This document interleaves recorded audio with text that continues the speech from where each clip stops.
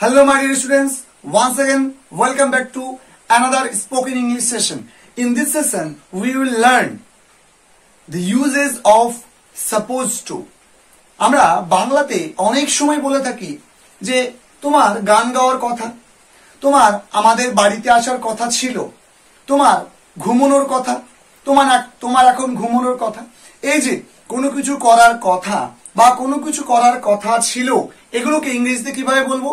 It's very easy. That is a very interesting phrases to express this kind of feelings. এই ধরনের feeling গুলোকে তুমি কিভাবে ইংরেজিতে এক্সপ্লেইন করবে, ইংরেজিতে কিভাবে বলবে? Let's have a look at the board. Just আমরা কি বলবো? Supposed to. This is the phrase, and this phrase will help you to speak something like করার কথা ছিল এই রকম। তাহলে what will be the structureটা কি হবে? Very simple structure দেখো, subject plus be verb according to the number, tense and the person of the subject.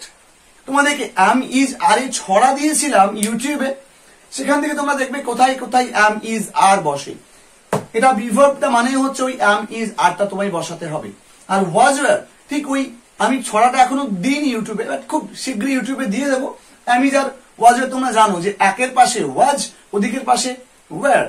ব্যতিক্রম দেখো, একের পাশে was, ওদিকের পাশে were, কিন্তু ইউ এর সঙ্গে সব সময়তে were বসবে।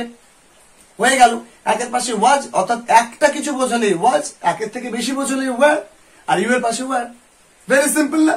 তাহলে দেখো প্লাস এই সাপোজ টু কথাটাকে লেখো, ডবল পি হবে SUPPOSED, সাপোজ টু। ওকে, তাহলে এই যে সাপোজ টু কথাটা বললাম, তারপরে ভার্বের ভিওন প্লাস তোমার এক্সটেনশন যদি কিছু থাকে লাগিয়ে দাও। এক্সাম্পল দেখো, I am supposed to sleep, অর্থাৎ আমার ঘুমানোর কথা। I am supposed to sleep now, আমার এখন ঘুমানোর কথা। You are supposed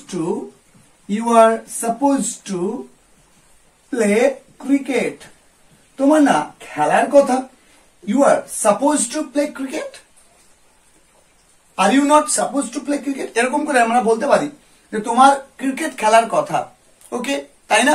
Are you not বা aren't you, এরকম করে আমরা বলতে পারি। ওকে, আচ্ছা, এরপরে দেখো, ধরো বললাম, তাহলে দে দিয়ে হবে যে they are supposed to study, মানে তাদের পড়ার কথা।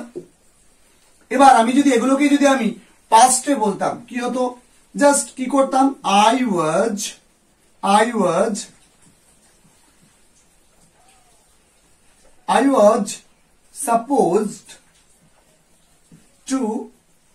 was supposed to cook, মানে আমার রান্না করার কথা ছিল। He was supposed to